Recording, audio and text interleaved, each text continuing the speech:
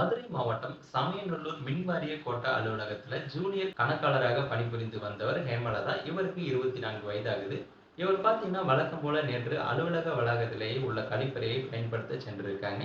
அப்போது பார்த்தீங்கன்னா அதே அலுவலகத்துல வணிக பிரிவு ஆய்வாளராக பணிபுரியும் சக ஊழியரான 33 வயதான ராஜராஜேஸ்வரன் என்பவர் கழிப்பறையின் ஜன்னல் வழியாக தன்னை படம் எடுப்பதை பார்த்து ஹேமலதா அதிர்ச்சியடைந்து அலறி கூச்சலிட்டிருக்காரு.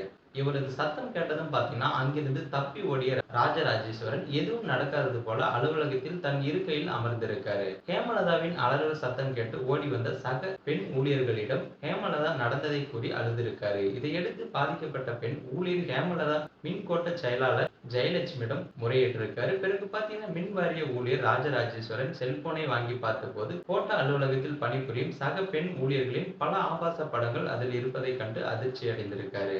இதனைத் தொடர்ந்து ஹேமலதா கொடுத்த புகாரின் பேரில் பார்த்தீங்கன்னா சமயநல்லூர் அனைத்து மகளிர் காவல் நிலையத்தில் வழக்கு பதிவு செய்திருக்காங்க. பிறகு மதுரை செல்லூர் அருண்தாஸ்புரத்தைச் சேர்ந்த மின் வாரிய வணிக பிரிவு ஆய்வாளராக பணிபுரிந்த ராஜராஜேஸ்வரனை கைது செய்து விசாரணை நடத்தி வராங்க.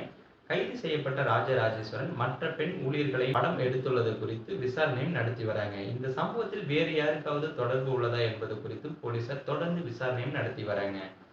கைது செய்யப்பட்ட இந்த நபருக்கு என்ன மாதிரி ஒரு தண்டனை கொடுத்தா சரியானதா இருக்கும்ன்றத மறக்காம கமெண்ட் பாக்ஸ்ல பதிவு பண்ணுங்க. மேலும் இது போன்ற குற்ற சம்பவங்களை குறித்து உடனுக்குடன் செய்திகள் தெரிஞ்சுக்க மறக்காம நமது சேனலை சப்ஸ்கிரைப் பண்ணுங்க, பெல் ஐக்கானை கிளிக் பண்ணுங்க. அப்பதான் நம்ம டெய்லி கொடுக்கக்கூடிய அப்டேட் உங்களுக்கு உடனுக்குடன் நோட்டிபிகேஷனா வந்து சேரும்.